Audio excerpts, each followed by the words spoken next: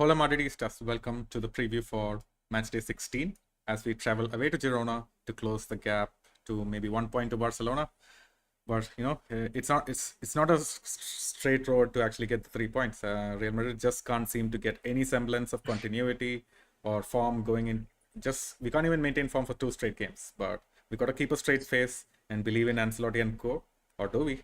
To talk about all of that and more, I'm joined today by Oriol, who's a longtime Girona socio and a staunch supporter, and of course our man from Madrid, Sid Mishra. But before we get going, a quick word from our sponsors, Manscaped, who are the pioneers in male grooming. And they are just who you need this holiday season, man, to look your best. So head on over to manscaped.com and use code LBR20 for 20% off and free shipping. It'll really help you. It'll help you and to look your best, and it'll help out the channel as well. So yeah, go check them out. And yeah, let's get this started, guys. Uriol, I'll come to you first. It's pretty much an honor to have a socio from a La Liga club on and to actually talk about your journey, about how you became a fan, how the journey has been for Girona over these years. Especially after the Man City injection. Talk to us. Thank you guys for having me. It's very exciting to be here. And yeah, I've been a fan from Girona since I was a kid. I'm from Girona. I've been living there for my whole life, and it's been a really exciting journey to see the club growing so much in the past 10 years, 15 years. Seeing we were 15 years ago in third division, and now we are playing Champions League against the best teams. So yeah, it's been really exciting to follow the club these past years. Well, and Wo- okay, Sid, yours about to say. Oh no, I just because you mentioned Champions League, I wanted to ask you, like, what did it feel like, when you heard the Champions League anthem at your stadium for the first time? What was that feeling like, because it's the premium, say, European club, world club competition. Nothing gets bigger than that. And to have that at the Stadio Montilivi, what was that feeling like for you and the fans who have been supporters of the club like you? Man, the first match it was crazy. Like, even going to the stadium, the previous minutes, you could feel the people were excited. People were really happy to be there. It felt like a special night. And once you get to the stadium, once the players come out and the Champions League anthem starts going on, man, everyone shut up. Only the anthem, you could hear the anthem. It was very exciting. I had the chills. It was one of the most exciting moments of my life, maybe. It was crazy because we are such a small club, and living these kind of experiences, which we thought were only for big clubs. It's crazy to be here. Absolutely. I mean, you can't even say you're a small club anymore. I mean, just right now you're eighth Yeah. in the league. Maybe even Real Sociedad are below you, right? So definitely not a small club anymore. And especially with the amount of cash that is being put in, I know you're not seeing the effects immediately. You mentioned the stadium still looks old and whatnot, but just look how Man City's growth was, right? When they got took over by the Qataris, it was a long journey to get to where they are now. Do you actually see the same path for you guys in La Liga? Do you have the same hope? Yeah, so the Manchester City group has helped a lot to the club. I think it's a cool partnership because they can give us players, they can give us some money stability, but overall, still the people that were running the club before that, they are still running the club now. So it's a cool partnership because we still have local people running the club, and fans appreciate that because it's not like other clubs where someone comes from other countries, they don't know the club, they don't know the city. It's important to still have people that are from here that feel the club belongs to them, and it's important. Right. Like the fact that if you have seen Game of Thrones and you don't know about Girona, then please, that's like a disgrace. Like the city, like people, if like I have just seen it on the internet, videos, movies. A few of my friends have been there. It looks beautiful, man. To walk through it, and I've heard the food is great. Someday it's on our list that probably we'll go there, watch a game, meet you also, Oriol. Yeah, it's a very special city. It's a small city. Uh, we don't have a huge fan base like Madrid, maybe. Um, it's very special. It's still a kind of old, small stadium we have. But I think that makes it also special. It feels going to a Girona match. It feels different. It feels more local, and it's a very special city. Absolutely. Yeah, man. Let's actually get into some bits of Girona and compare them from last season and this season, right? So, Sid, this was the question we always had. We were all expecting a large number of transfers out from Girona from last season, right? And we were all expecting them to fall off as well.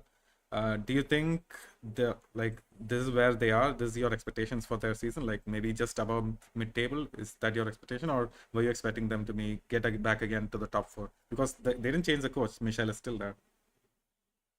And Um, if, yeah. wait, the question is for me or Uriol? Yeah. I said it's as expectation, from an outsider, just looking into Girona.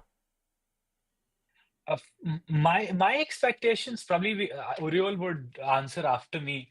The fact that obviously there's a lot of transfer activity that was happening. Big names, Jan Koto, Dovbik, they left, and a lot of new players are signed. But Girona did not have the best starts to the season.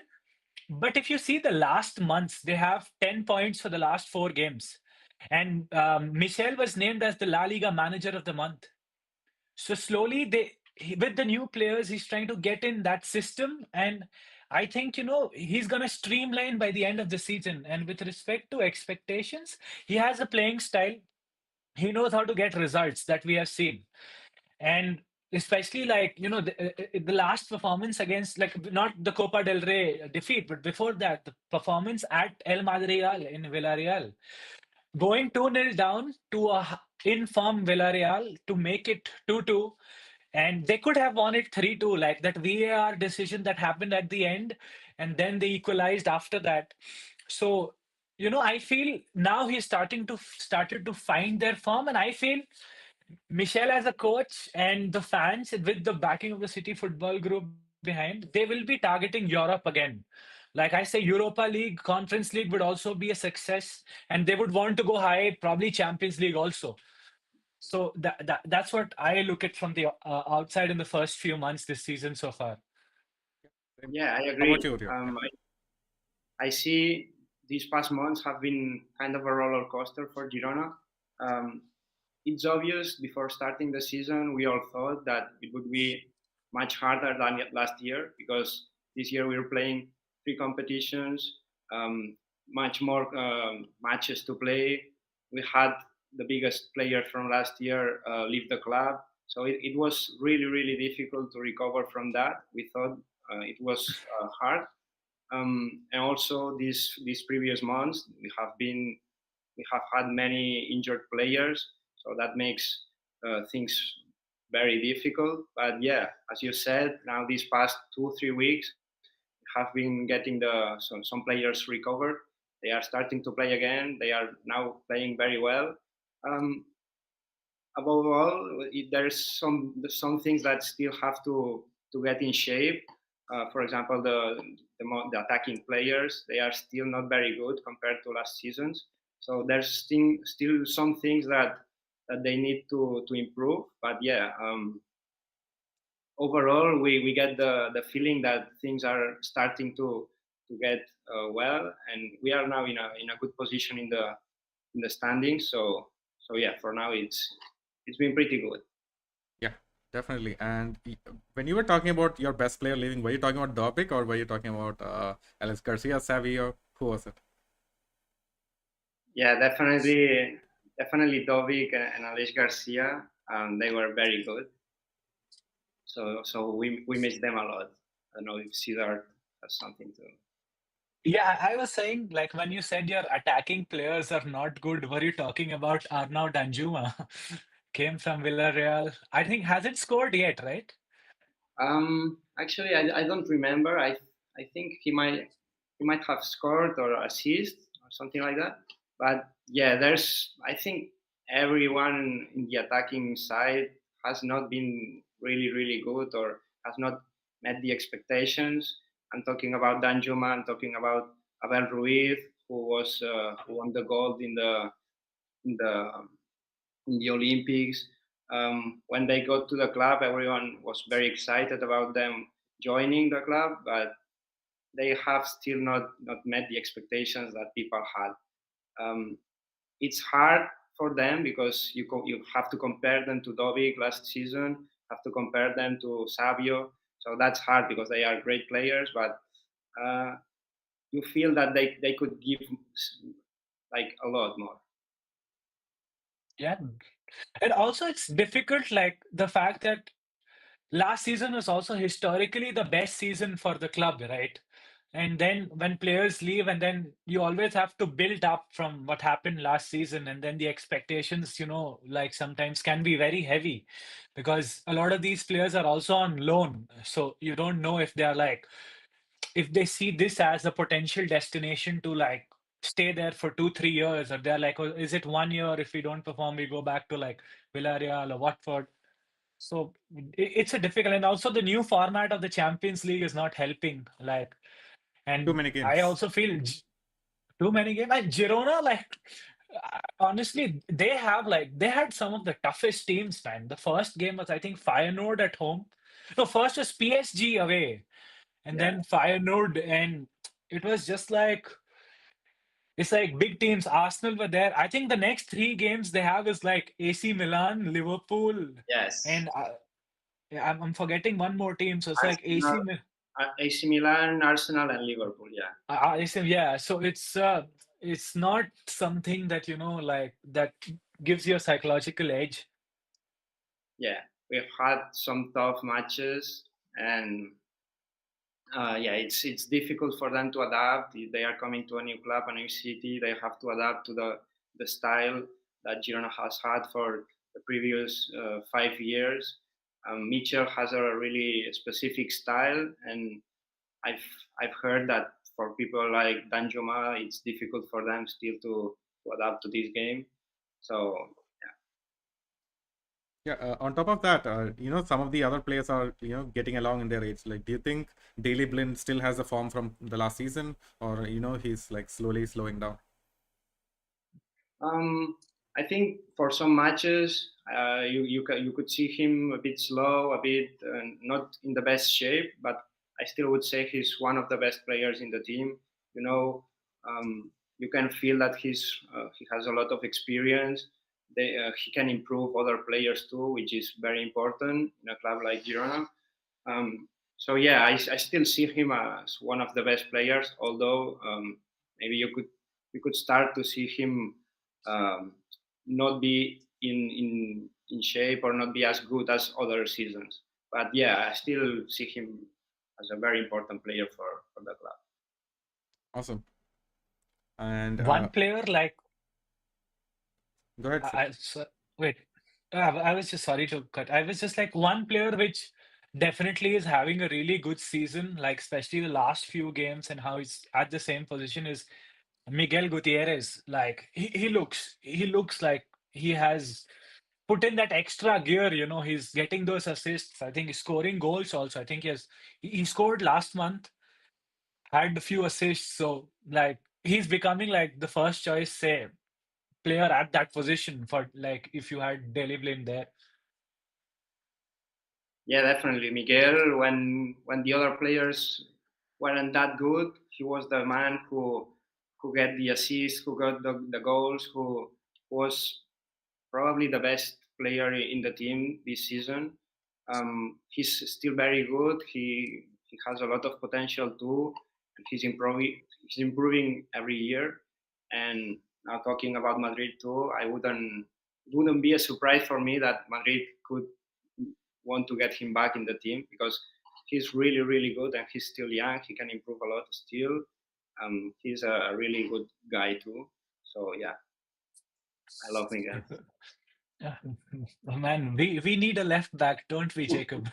We definitely do, and I think even Ancelotti is starting to see the light that Mendy is not or the player that he used to be, and Fran is getting a lot more playing time. But still, like, I don't think Fran has it enough to be a starter. And if he can't get any of Davies or anything, I'm pretty sure the club will set its eyes on Miguel, or maybe even a club from the Premier League. I think Man United are definitely up for a left back.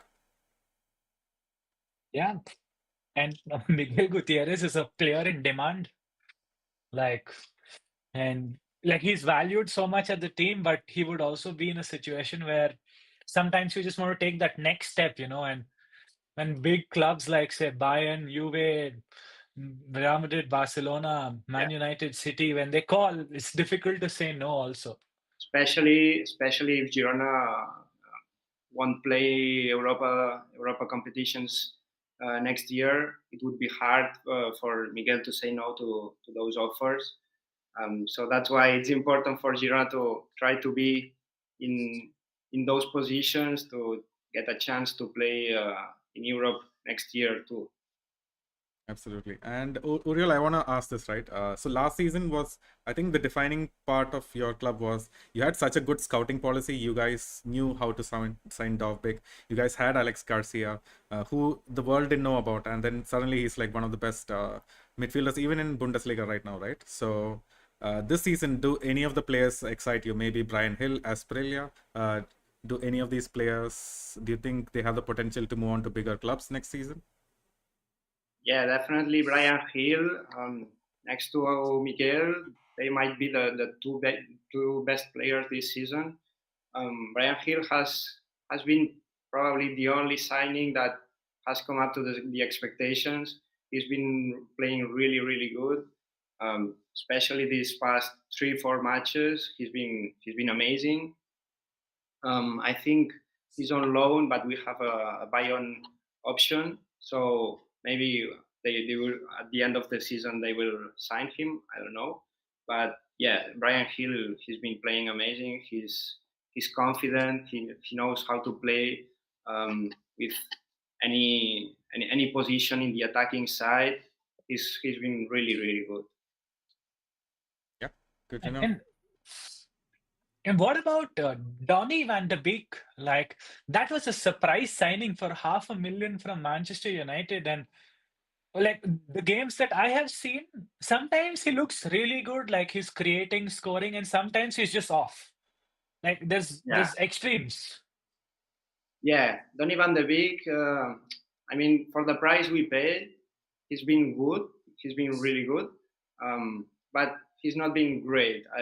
That's what you said. Some matches you can see that he has a lot of quality, a lot of experience, but some others you can see him a bit slow, a bit. It was difficult at first. The first matches you could see him not in shape, not very good. Now he's starting to get better.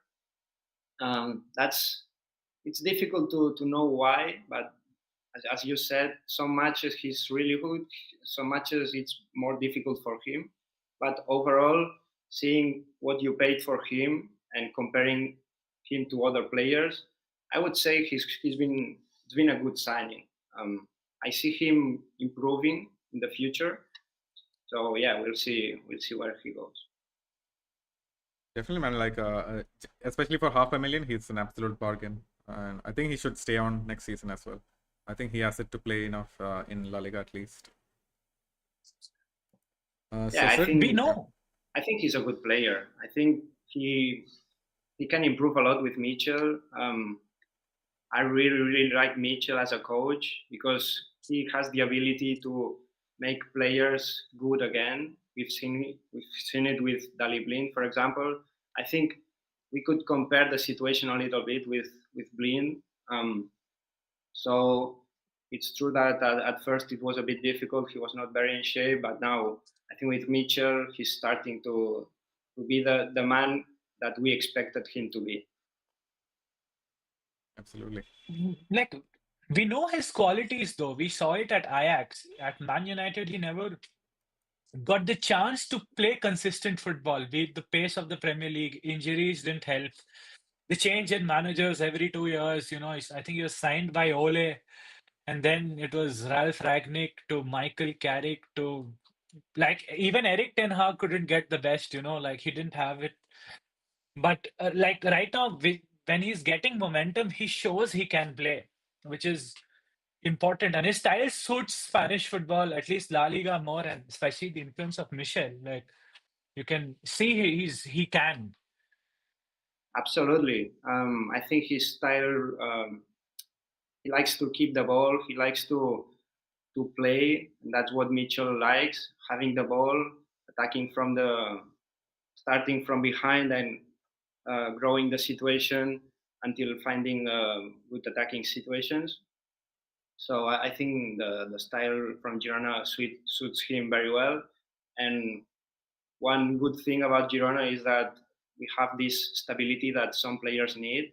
For example, with Mitchell, the club trusts him a lot, even in difficult situations. They have trusted him. They trust a lot his style, and that's important for Mitchell and for the players like Van de Beek that need this kind of stability. They need to play a lot. They need to start improving and get the opportunities that maybe he didn't have in Manchester. So, Yeah. and talking about last season, like last season when you guys are having that, in a way, the breakthrough season. I remember before that last season, you guys did beat us 4-2 when I think Castellanos scored 4 goals.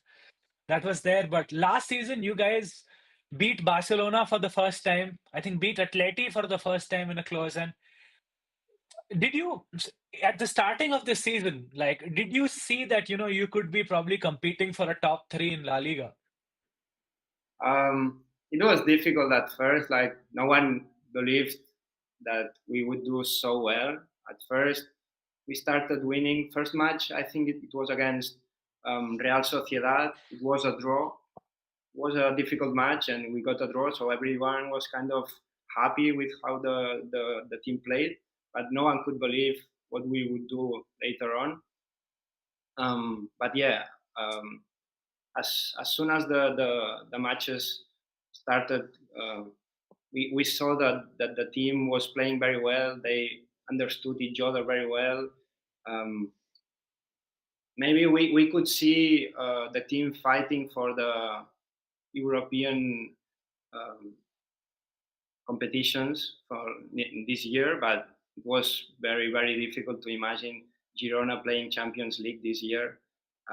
Even in our biggest dreams, I think no one would have believed us if we said that we would finish third. So we could see that the team had a lot of potential, especially with players like Savinho, Couto. But it was almost impossible to imagine that would happen.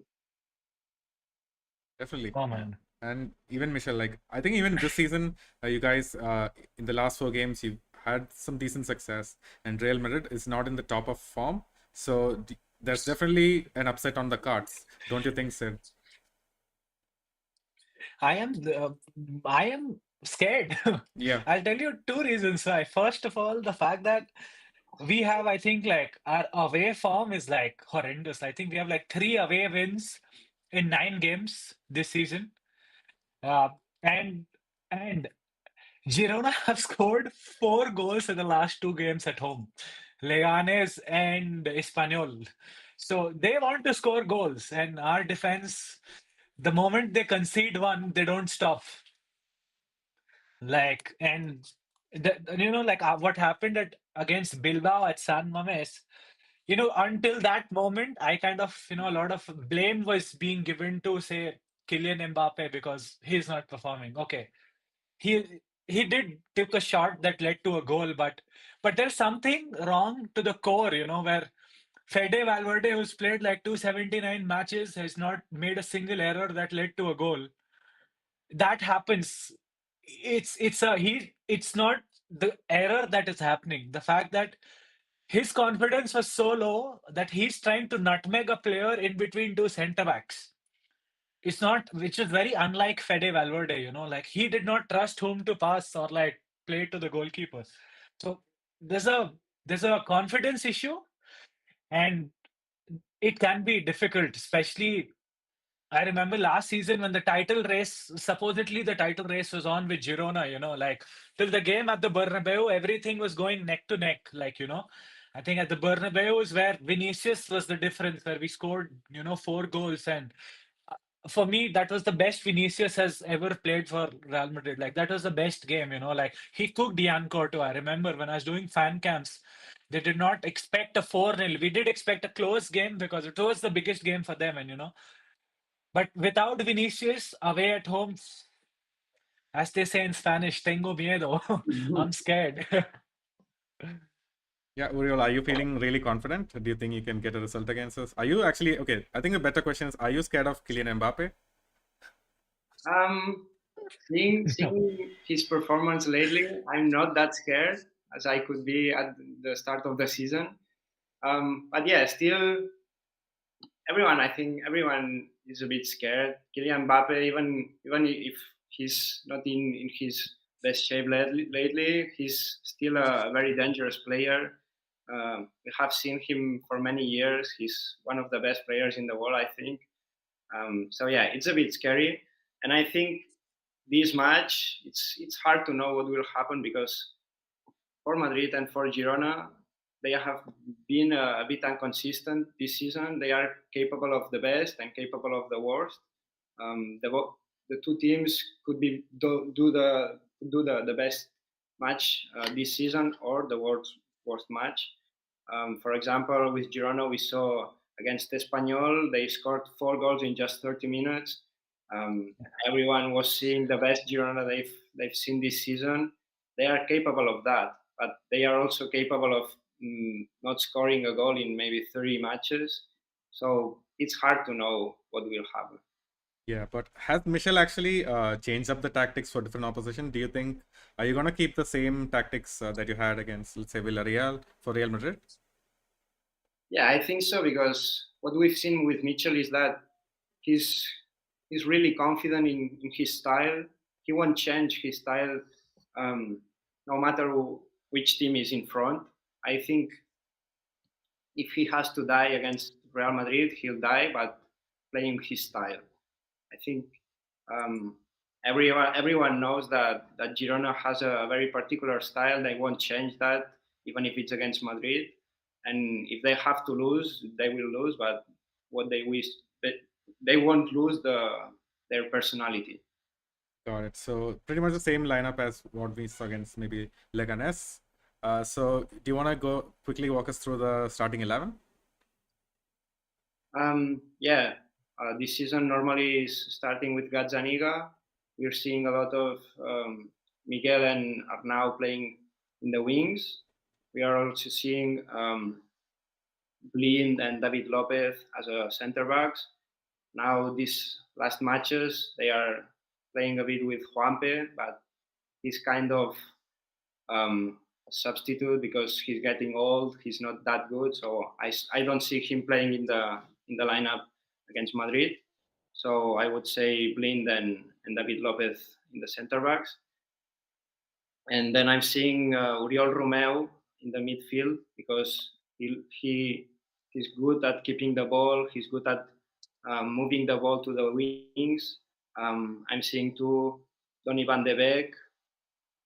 And on the attack, the doubt that I have is if Asprilla is ready to play because he's been injured. So my doubt is in Asprilla, but the others, I think Miowski will play, even if he's not been great this season. But I think Mitchell trusts him, and he'll be our attacker. And then Brian Hill for sure. Um, yeah, I think the lineup won't change a lot. Uh, respect the other matches. So Sid, looking at this lineup, like two players' names stood out to me, right? Van de Beek and Oriol Romeo. These aren't like the fastest of players, the most nimble of players. Do you think our midfield can take advantage of that? Is that going to be the game plan? The idea would be to win in midfield, but our midfielders also have to play at positions that are, playing to their strengths. Our midfielders are just haywire. I don't know, like what I feel. I don't know, but I have a gut feeling if Dani Ceballos starts, that's a game he could dictate because his positioning and the way he progresses the ball, controls the tempo, could suit him. Because I am not very confident of Chouameni playing at that position. Obviously, he could start because he's back, but I would rather have Dani Ceballos play that game because you would need a little bit of your ability to play on the ball and position yourself, off the ball to block these attacks. As these players can, I think, even with like if they like Danny Van de Beek, Brian Hill, and Romelu, if they have that, how do I say? If they say create a pyramid in between or they play with this triangles, triangles as they play sometimes, it can genuinely like say could make a huge difference. And with Martin also, like that could be like because it's a decent midfield and our problem is not that our midfield is not good enough. Right now, our midfield does not have an identity. We have great individuals. We don't have a collective identity. Yeah.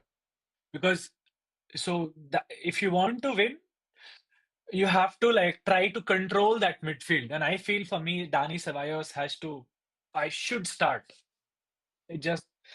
And he was really good the last game. So Yeah, that's where we're at. We're depending on Dani Ceballos to actually win us games. It's difficult times. But yeah, man, I get your point. And Yeah. Oriol, I want to confirm. So Brian Hill, I've seen him like just from watching Girona's highlights. He always plays like pretty much roams all throughout the pitch. Do you think there's going to be a focus on him trying to beat Lucas Vasquez in this game? Is that going to be one of the game plans? Yeah, absolutely. I think it will be an interesting fight between them two. Um, but I think it will help a lot, as you said, that the connection he will have with Ivan Martin, with Arnau, with Oriol Romeo, Miowski too. It will be important. And we've seen that Brian Hill has a really good ability to overcome the players from the other team. So it will be difficult, definitely, for Lucas Vasquez to keep control with Brian Hill. He has a really good speed. He has a good dribble, so it will be definitely difficult for him. Yeah, I've seen Brian Hill's crosses. They are absolutely killer, and it's going to be a man. constant danger. And the way he breaks those lines, man, like he knows how to find space between two defenders trying to block you. And I was reading this BBC article on him and and how his like gameplay, especially in the final third of the pitch, has improved this season. And that could be a really like very dangerous for us, especially knowing that we still don't know what our midfield could be.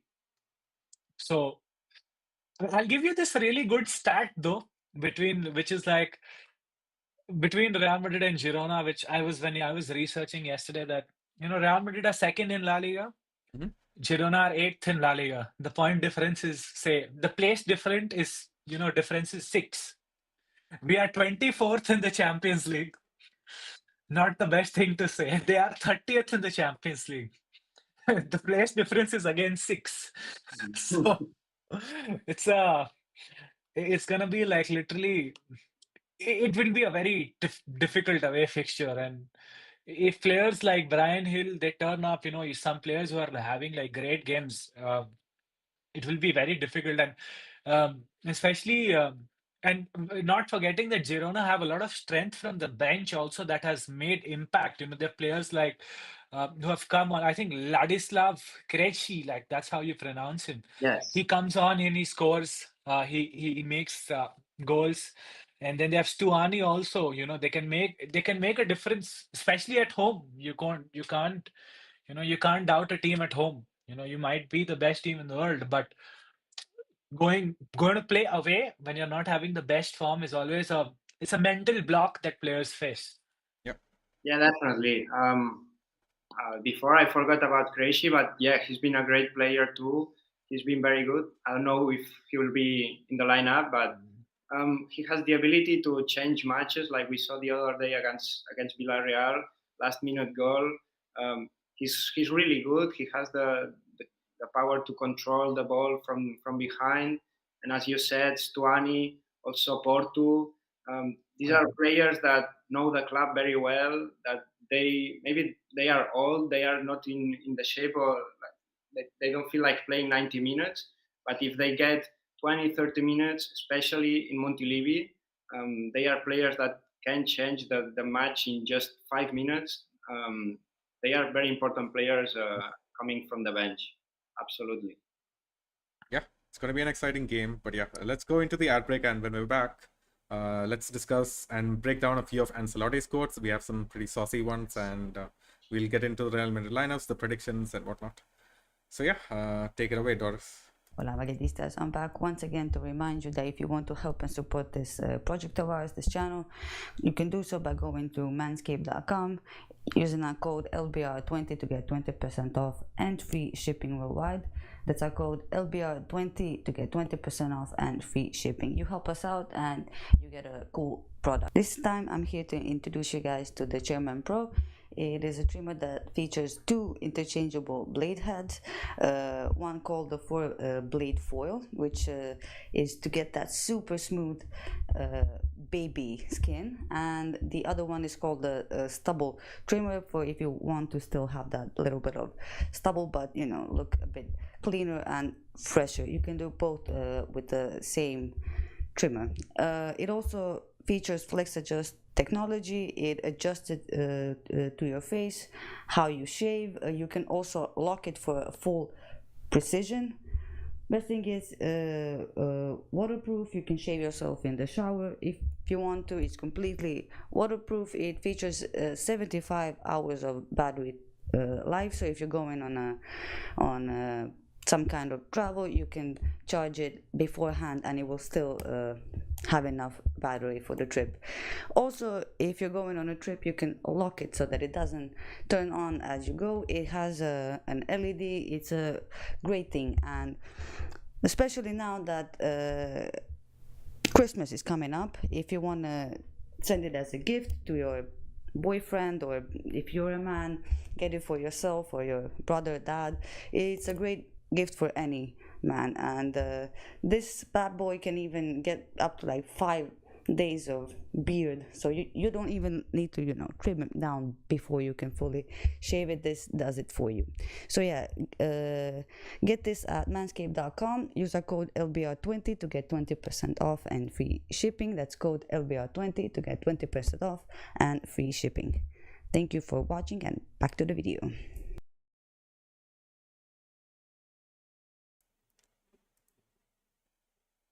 Yeah, definitely. Yeah, and we're back live, and we were just joking around saying how Girona just lost 3-0, but Real Madrid lost worse. We had a 4-0 defeat, and Sid was there for it. He had front seats to it. Let's see. Sid, have you actually booked the tickets for the next Clásico?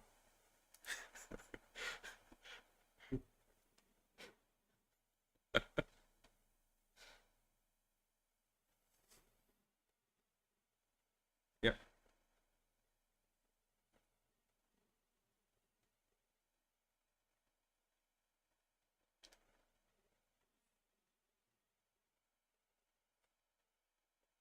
Yeah. Could have been a lot worse. But yeah, let's read a couple of chats before we actually continue the conversation. So Prakat Reddy is in the chat. He says Stuani will score even when he is 60 years old. Yeah, Uriel, you were telling us about how he's on top form. Like, do you think he still has like a few more seasons in him?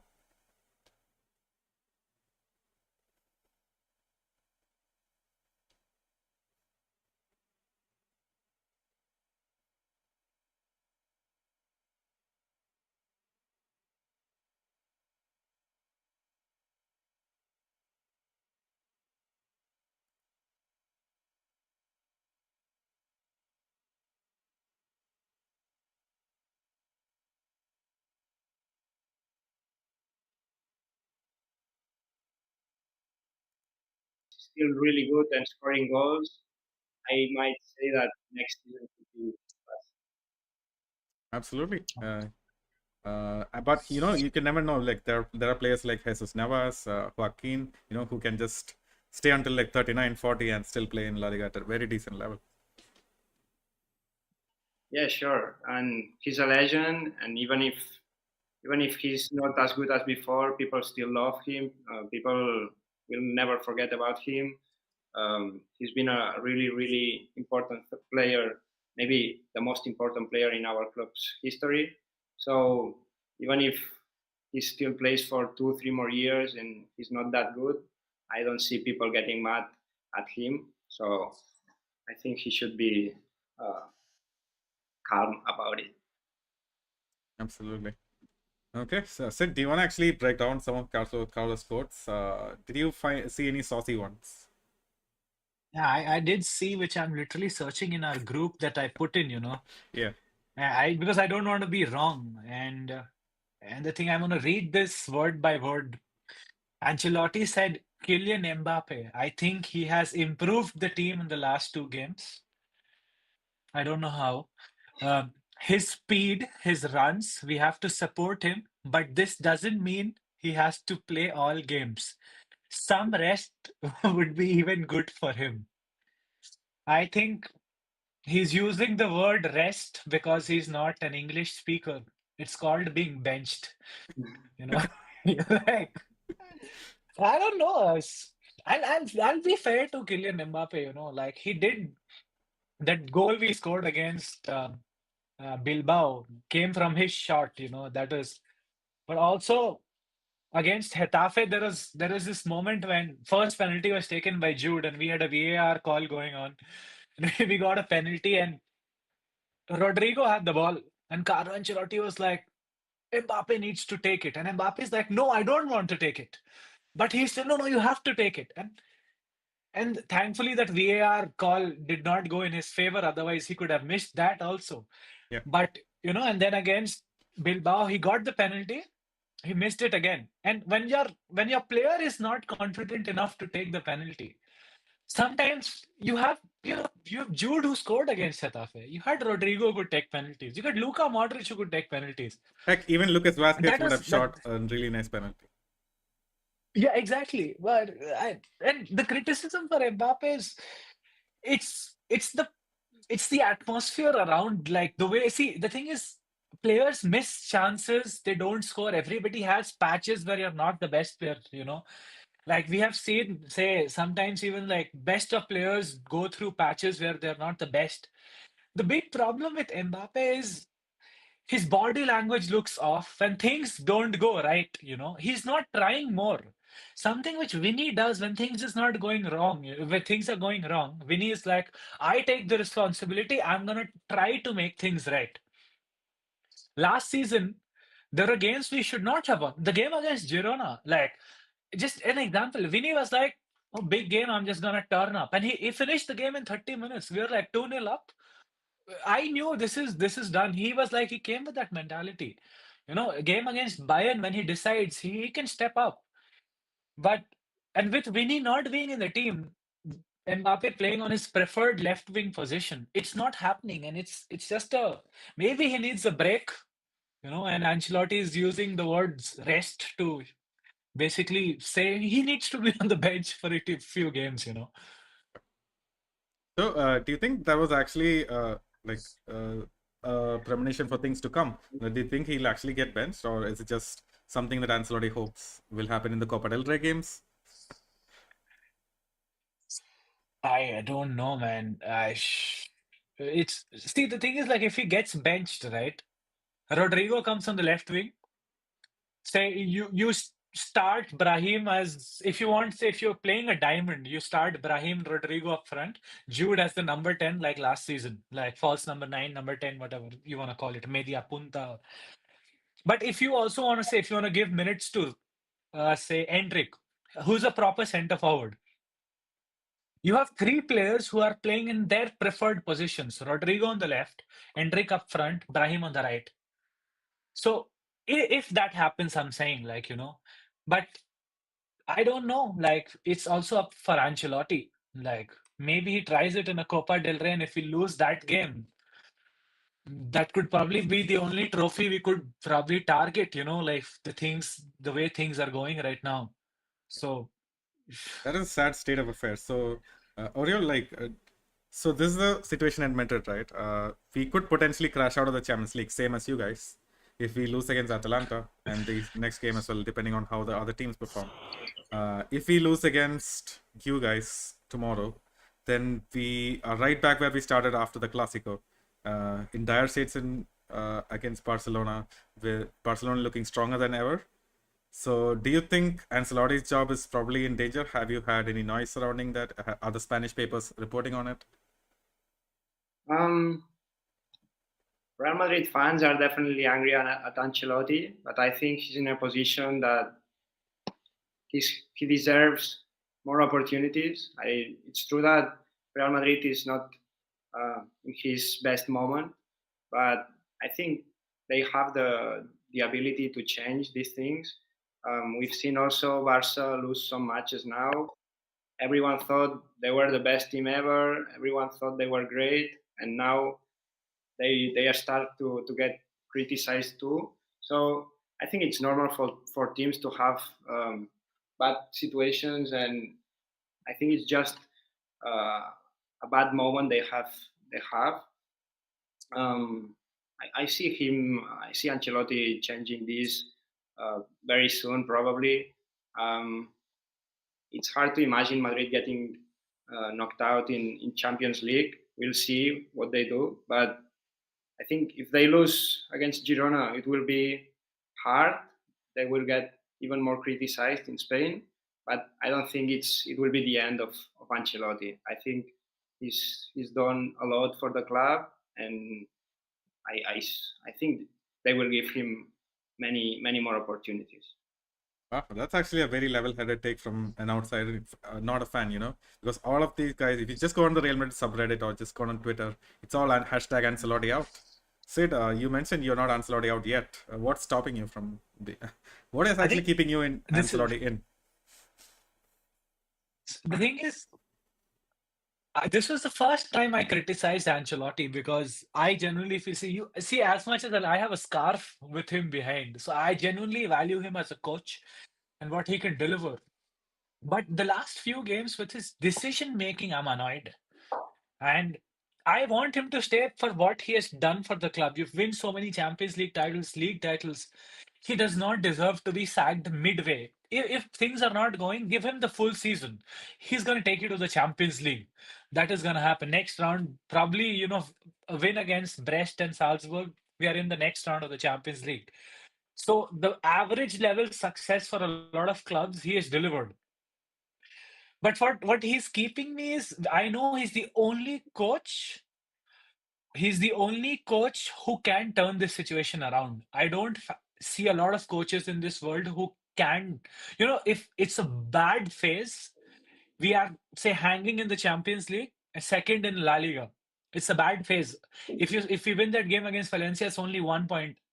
Then the deficit, and that is what is keeping me Carlo in because sometimes the present should not make you forget the past. Like he got you that La Decima that was literally 9 years in the making.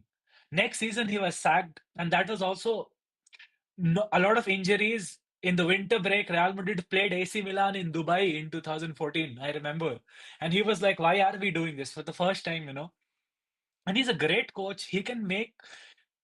You don't expect. If tell me a coach who could unleash Vinny, Jude, Fede like this, you won't have many who could do this.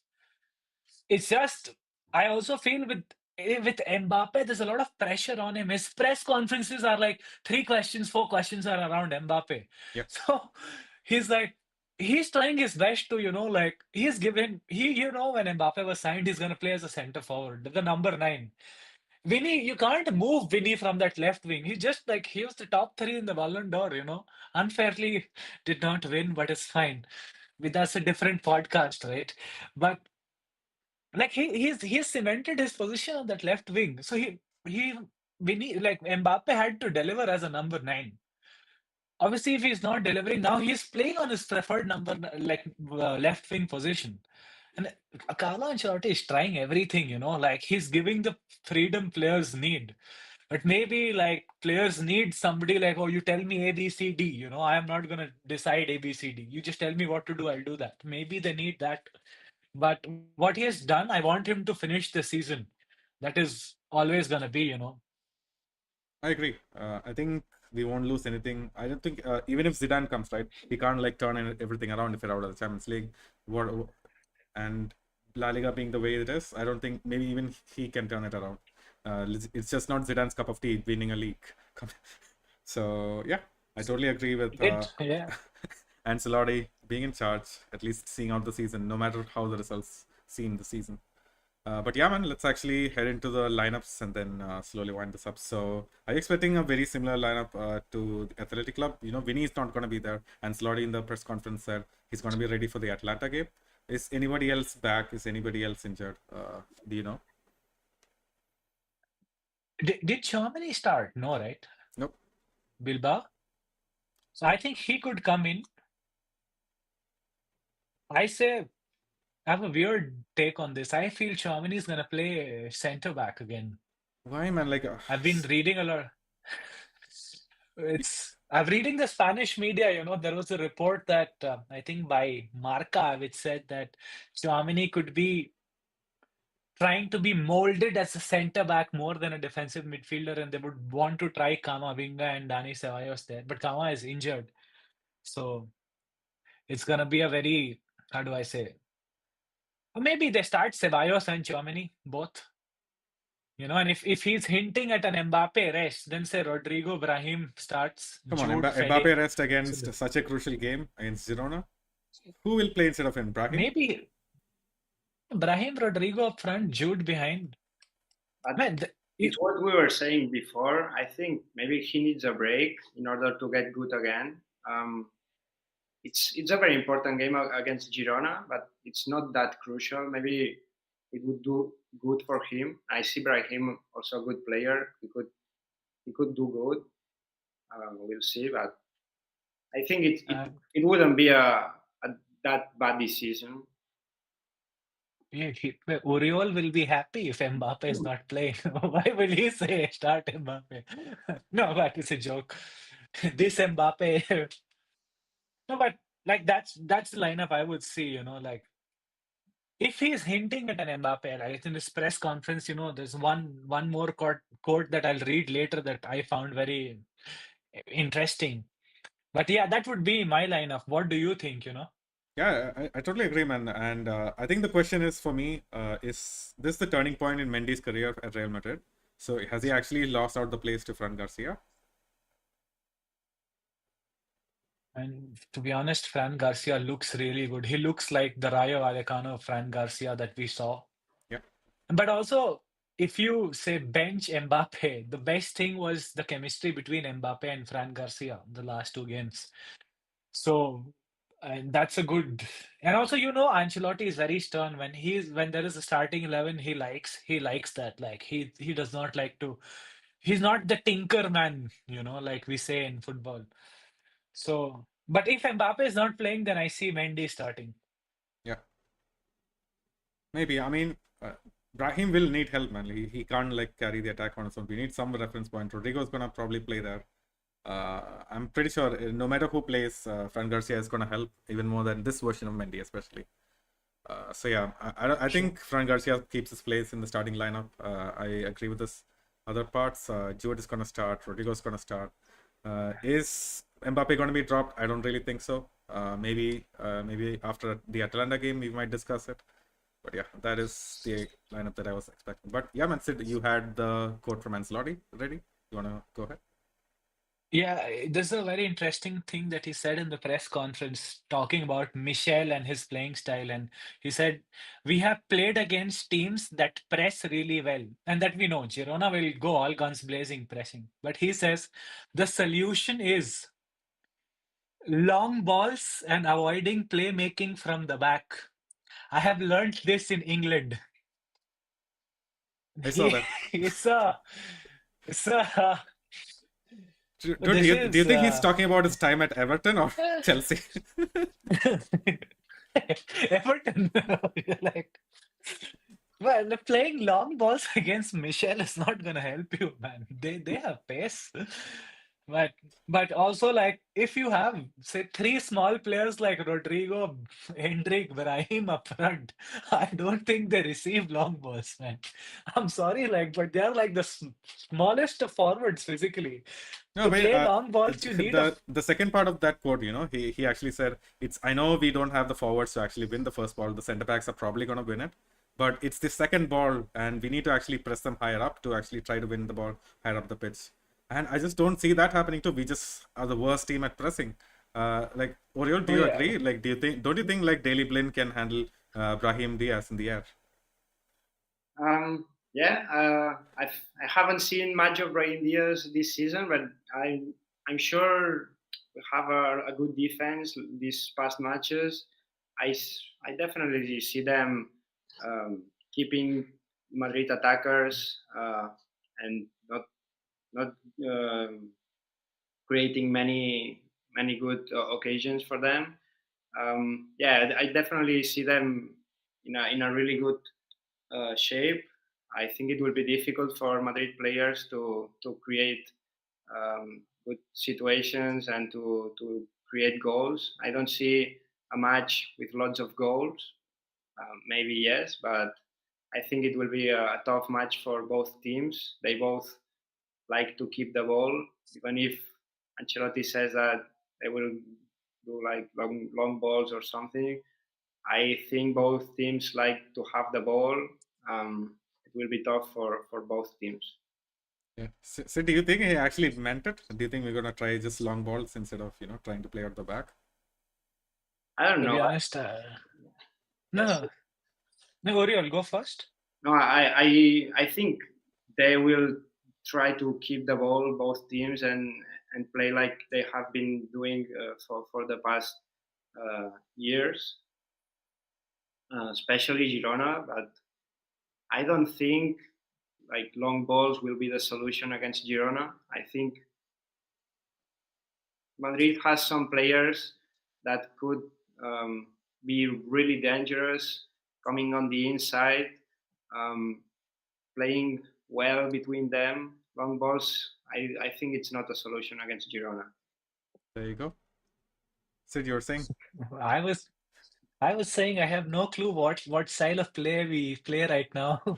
So long balls or not, all we need is a result. Yeah, all we need is a result, Genuinely, and that's man, for me, even more than a result, like it's not the end of the world, right? Even if we don't get a result against Girona, it's going to be a hard game, especially with this team. But I just want to see some improvement or some game plan going into this that shows there is a way up. yeah. Tactically, you should look like that they have been instructed. They were ready. You win or lose, that's for later. But the players, like, I also feel so. Remember, like when we were watching those highlights, and whenever Mbappe was trying to cut in, and he was not able to dribble past those Bilbao defenders.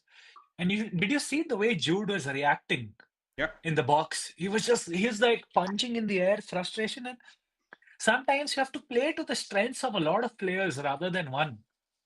That's a team game after all. It's not Real Mbappe Club de Football. It's a Real Madrid. It's like that. So if he's not working, maybe he comes on from the bench 30 minutes, when the defenders are tired, he gets a one-on-one against Miguel Gutierrez. Like that's 30, maybe like if he not able to find solutions, but if he needs a rest, and if long balls can help get a result, I don't care. Like yeah, you need because it will be difficult, man. Genuinely, I'm not. And also, I feel Girona, like there are two reasons why I feel they'll have more motivation, especially what happened in last season with respect to the title race. Like they were not beaten. They were like literally like they were the rivals, and they were like beaten. Like they were thrashed, for the lack of a better word. In that, and then what their loss in the Copa del Rey. yeah, Like again, I think it's the fourth division Logorenes, and obviously the first team was not playing, but you still expect to win that game. So the team will have something to show to the home fans. So that's a lot of motivation, like, Motivation and pressure to and then perform. in Yeah. yeah, pressure to perform, and they will also be looking at this Real Madrid team, and they're like, if Bilbao can, we can also try beating them at home. Exactly, exactly. As we saw last season, they are not afraid of big teams. They beat Barcelona twice last season. They are not afraid. They play the same style against every single team in the league. They are not afraid. They will play the same way they have been playing against every other team. So for them, it will be kind of the same. Even if it's Real Madrid, I think they will not be afraid. They will try their best. They will play their style, and as I said, it can go in a very bad result, but maybe it's just the only way to get it done and to get the win. Absolutely. And Sunil is in the chat. He says anything other than a win is gonna be fatal. Yeah, I agree. And I don't think it's gonna be the final nail on the coffin. I feel like Ancelotti still has a few nails left, but it certainly will be one. And this is like a huge opportunity to make some ground in La Liga, and we shouldn't lose it. But yeah, guys, let's slowly wind this up. Do you want to do predictions? So this is something that we do, Oriol, on this channel. Do you want to predict the scoreline? That's hard. I'm seeing maybe a draw. I'm seeing maybe a 1-1, something like that. Not many goals. Yeah, a KG affair. Sid, would you be happy with that? All things considered. Draw would not be bad, I would say, But I don't know. I do see goals because I feel Girona can score past this team. Let's say a 2-2, or maybe 2-2 draw would be is what I have in my mind. So yeah, so that's a prediction, a 2-2 a what draw. about you? Man, I just feel, I don't know, the team has been pretty reactionary. Like one game, they've been, I don't know, but again, I guess they lost back to back against Milan and Barca. So I don't know what this team is capable of. Similar to how Oriol said, Girona is capable of a lot of good things, and it's also capable of being shit. I feel like Real Madrid are at the same place. But I still, believe that Ancelotti, he sees something, maybe he tries something new. If it's long balls, it's long balls. So I'm going to predict a 1-0 as well, but I feel like it's going to be a cagey affair. The Bilbao game was actually pretty cagey. So I'm going to predict the same thing. Yeah. Could be, but before like we shut this off, I just have one last question I want to ask Uriol. Obviously, we have seen Girona come up the ranks over the last 3-4 years, but I want to ask you about Miguel Angel Munoz. Like, he's a Madrid guy from Rayo Vallecano, like, if I'm not wrong. And the last year I saw Girona versus Rayo Vallecano at Vallecas, and that's when I got to know of his impact at Rayo. But for you as a Girona fan, a socio, seeing your club, what has the impact he has had on the club, and how much do you value him? Man, he's been one of the most important persons in the club's history. He's just been in the club for maybe past 5 years, more or less, and the impact, it's been huge. Since the first day he started as a Girona coach, he tried to learn Catalan. He tried to answer the questions in Catalan since first day. He was bonding with the fans since the start. Um, One of the most important things that a lot of coaches lack is personality. He has a lot of personality. He has a really clear way of seeing things. He has a really clear style of play. He has been sticking to it for a long time, and it's been important too that the club has trusted him in the best moments and in the worst moments. But yeah, we've seen the results of this trust and this relation between the coach, the fans, and the club. And I think lots of clubs should learn from that. Just getting a coach, trusting in him, and making things with intelligence. So yeah, Mitchell has been great since first day. and fans love him. This past month, he got like a graffiti in the city with his face. Everyone was so happy. Him and Stuani, they are like maybe the two biggest legends in the club. Nice. I didn't And know. You've got to share that picture with us after this podcast. Yes. yeah, man. Yeah, please definitely do, man. All right, there you go, folks. It's gonna be a tight one, but it's absolutely important that we get a win. I don't know if it's gonna happen, but we absolutely need to pull it off somehow. And go check out. I think Oriol's Instagram is linked down in the description below. You can check him out. Give him a follow. He's loyal, so you can continue the chat with him if you want to know more about Girona and whatnot. Also check out our partners over at Real Madrid Committee. And there's not going to be any fan camps for this game, but yeah. When do you think, Sid, is going to be the next fan camps? It's going to be after the Atlanta game, right? Yeah, before Atlanta, we would talk to the fans regarding the Champions League situation. How important are these 3 games? And hopefully Sevilla, I might have a surprise in between. You might never know. Okay. So yeah. So there you go, folks. Go follow our Instagram. Be on the loop. Hit the notification button, and give this video a like if you enjoyed the conversation. And until next time, Hala Madrid. Thank you, man. Thank you, Oriol, for doing this. You're welcome. It was fun. It was fun. Same here, man. I think whenever we play Girona, you are in, bro. I'm Yeah, literally. Thank This is you. genuine. It was my first time doing this, and it was fun. I like having conversations like those, and Yeah, it will be an interesting match. You'll see. yeah, man. Right now, I am not very confident. This is why I'm not saying a lot of things. Usually, I'm like, no, we're a kick-ass thrash, but not. Yeah, Not for this game. The highlight of the podcast is that both teams are capable of the best and capable of the worst. So it's we don't know what will happen.